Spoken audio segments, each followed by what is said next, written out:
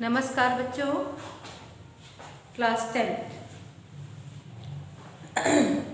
Class 10 के बच्चों, आपका सिलेबस लेटेस्ट सिलेबस जो है मैंने पहले भी बताया है आपको फिलहाल तो, और एक बार और कंफर्म करना है। लेकिन ये कंफर्म है कि ये वाला लेसन आपका आएगा।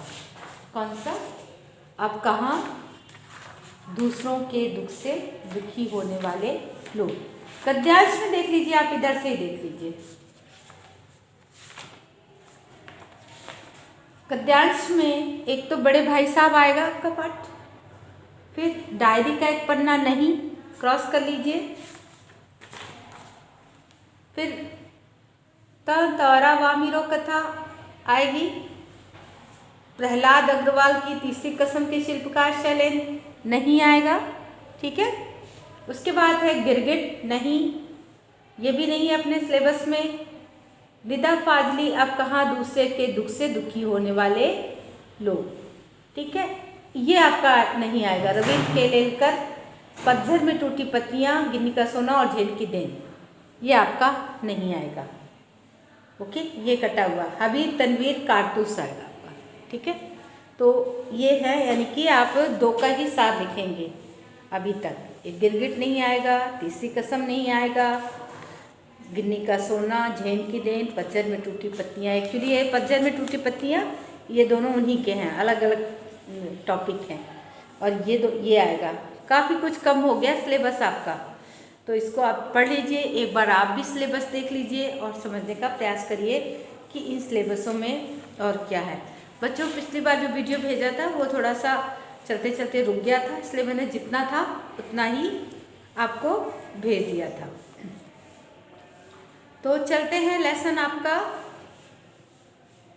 अब कहाँ दूसरे के दुख से दुखी होने वाले कौन है? लेखक निदा फाजली। 12 अक्टूबर सन 1938 को दिल्ली में जन्मे। कब का जन्म है इनका, निदा फाजली का? 12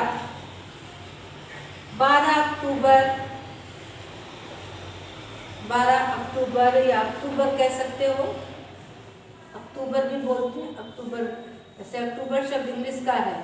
अक्टूबर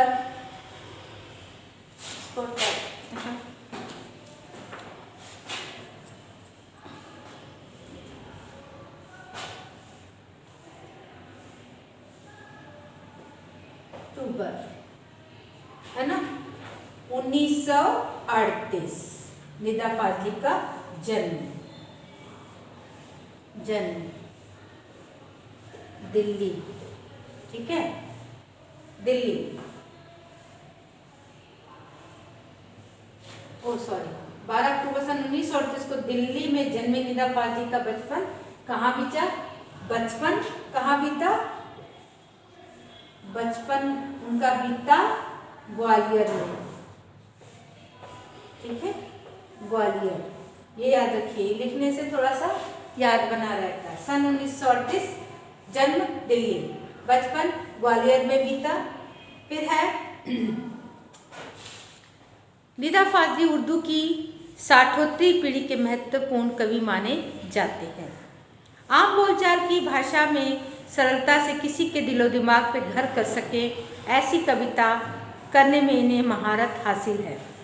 वहीं निदा फाजली अपनी गद्य रचनाओं में शेर व शायरी पिरोकर बहुत कुछ थोड़े में कह देने के मामले में अपने किस्म के अकेले ही गद्यकार हैं। फिल्मों में भी ये लिखते हैं, फिल्मों के लिए काफ़ी प्रसिद्ध हैं निदा फाजली। निदा फाजली की लफ्ज़ों का पुल नामक कविता की पहली पुस्तक आई। शायरी की किताब खोया हुआ सा कुछ के लिए 1999 के साहित्य अकादमी पुरस्कार से सम्मानित निदा फाजली की आत्मकथा का पहला भाग दीवारों के बीच और दूसरा दीवारों के पार शीर्षक से प्रकाशित हुआ है। इन दिनों फिल्म उद्योग में से संबद्ध है ये, मतलब इन दिनों इनको फिल्म उद्योग में लगे हुए हैं, वहाँ से ये अपना काफ़ी कुछ अच्छा लिखते हैं और अच्छा इनकी बहुत सी फिल्में इनकी बहुत सी प्रसिद्ध हुई हैं। यहाँ तमाशा मेरे आगे किताब में संकलित एक अंश प्रस्तुत है। यहाँ तमाशा मेरे आगे किताब में संकलित एक अंश प्रस्तुत है। कौन सी किताब? यहाँ तमाशा है। पाठ प्रवेश। कुदरत ने यह धरती उन तमाम जीवधारियों के लिए अता फरमाई थी। उर्दू शब्द है। कुदरत ने जीवधारियों, हम मनुष्यों के लिए इस पृथ्वी में क्या हुआ? एक जन्म दिया। हमारे लिए सौभाग्य की बात है, ईश्वर का लाख लाख शुक्रिया है। तो अता फरमाई थी शब्द क्या है? उर्दू शब्द है। इसमें उर्दू के शब्द आएंगे, ठीक है। अता फरमाना मतलब उन्होंने हमें बख्शा था, हमें ये सौभाग्य दिया था। हाकिम। चलिए इसके शब्दार्थ भी लिख देते हैं तो समझ में आ जाएगा। ये आया 12 अक्टूबर 1938, जन्म दिल्ली, बचपन ग्वालियर में बीता और काफ़ी अकादमिक पुरस्कार से भी इन्हें सम्मानित किया गया है, ठीक है। और ये जो अंश है वो क्या है? कहाँ का है अंश? ये इस अंश को जो लिया गया है, यह तमाशा मेरे आगे किताब में संकलित एक अंश प्रस्तुत है। ये भी लिख लेते हैं। यहाँ तमाशा, थोड़ा सा ये चल नहीं। यहाँ तमाशा, यहाँ तमाशा मेरे आगे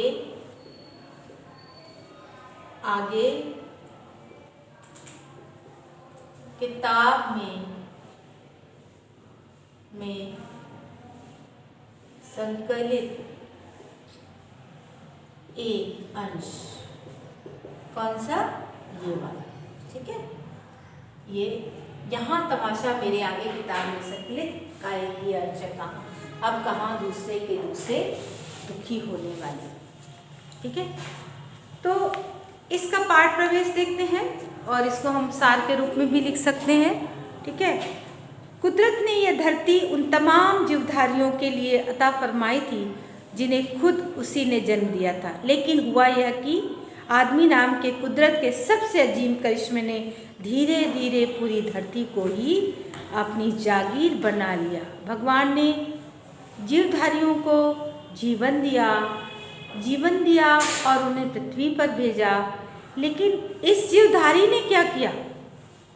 इस जीवधारी ने कुदरत के सबसे अजीम करिश्मे, सबसे नायाब जो तोहफा था, जो करिश्मा था, धीरे धीरे पूरी धरती को उसने अपनी जागीर बना लिया, अपनी मिल्कियत बना लिया। वो उसका स्वामी बन बैठा और अन्य तमाम जीवधारियों को दर बदर कर दिया। और जो जिन्हें और भी नेमत बख्शी थी, उसने जीवन दिया था, जैसे पशु पक्षी, है ना, पेड़ पौधे, नदियाँ और बहुत सारे समुद्र पर्वत, इन सबको भी उसने जीवन बख्शा था। जीवन ही है, दिखते थे, रहते थे। एक नई प्रकृति हमें जो दी थी भगवान ने, उनको क्या किया? उसने एक स्वामित्व ले लिया। किसने? इंसान ने। और बाकियों को उसने दर बदर कर दिया। दर बदर मतलब उनको घर से दूर कर दिया, उनको दर बदर कर दिया, यानी कि उनको भटकने के लिए मजबूर कर दिया। नतीजा यह हुआ कि अन्य जीवधारियों की या तो नस्लें खत्म होती गई या अपना ठौर ठिकाना छोड़कर कहीं और जाना पड़ा। फिर आज भी वे एक आशियाने की तलाश में मारे मारे फिर रहे हैं। और क्या किया इस मानव ने? उनको कर दिया, या तो उनको दरबदर कर दिया, घर से बेघर कर दिया, या तो वो नष्ट हो गए, या तो उनकी जो नस्लें हैं वो भी ख़त्म हो गईं। जब आपको पता है कि इंसान पहले एक आदि मानव की तरह रहता था, बंदर के रूप में, फिर धीरे धीरे उसने चलना सीखा, धीरे धीरे उसने पेड़ों पे रहना सीखा, धीरे धीरे उसने जो है पेड़ों पे आशियाना बनाना सीखा, फिर उसने आग जलाना सीखा।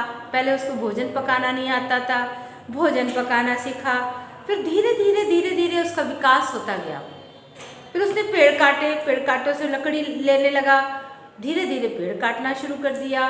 पेड़ कट गए तो उसमें रहने वाले पक्षी घर से बेघर हो गए। आज क्यों हमारे यहाँ जो पक्षी पहले चहचहाया करते वो नहीं दिखते हैं? इसलिए नहीं दिखते हैं क्योंकि हमने उनके रहने का आश्रय छीन लिया है, हमने उनको जब दरबदर कर दिया है। इतना हुआ होता तब भी गनीमत होती, लेकिन आदमी नाम के इस जीव की सब कुछ समेट लेने की भूख यहाँ पूरी नहीं हुई। अब वह अन्य प्राणियों को ही नहीं, खुद अपनी जात को भी बेदखल करने में जरा भी परहेज नहीं करता। आलम यह है कि उसे ना तो किसी के सुख दुख की चिंता है, न किसी को सहारा या सहयोग देने की मंशा ही है। यकीन ना आता हो तो इस पाठ को पढ़ जाइए और साथ ही याद कीजिएगा अपने आसपास के लोगों को। बहुत संभव है इसे पढ़ते हुए ऐसे बहुत लोग याद आ जाएं जो कभी ना कभी किसी न किसी के प्रति वैसा ही बर्ताव करते हैं। तो ये है बच्चों पाठ प्रवेश, इसको आपको बहुत अच्छे से पढ़ना है ना। इसको आप विस्तार से मैं बताऊंगी, आपके पास भी कुछ हो तो इसको पढ़िएगा और समझने का प्रयास करिएगा, ठीक है। ये देखिए ये वाला पाठ है आपका, इसको पढ़ना है, पाठ प्रवेश जरूर पढ़ना है और आपके जो पोर्टफोलियो है उसमें भी ये लिखना है बच्चा, ठीक है बच्चों। तो बाकी अगले वीडियो में, नमस्कार, जय हिंद।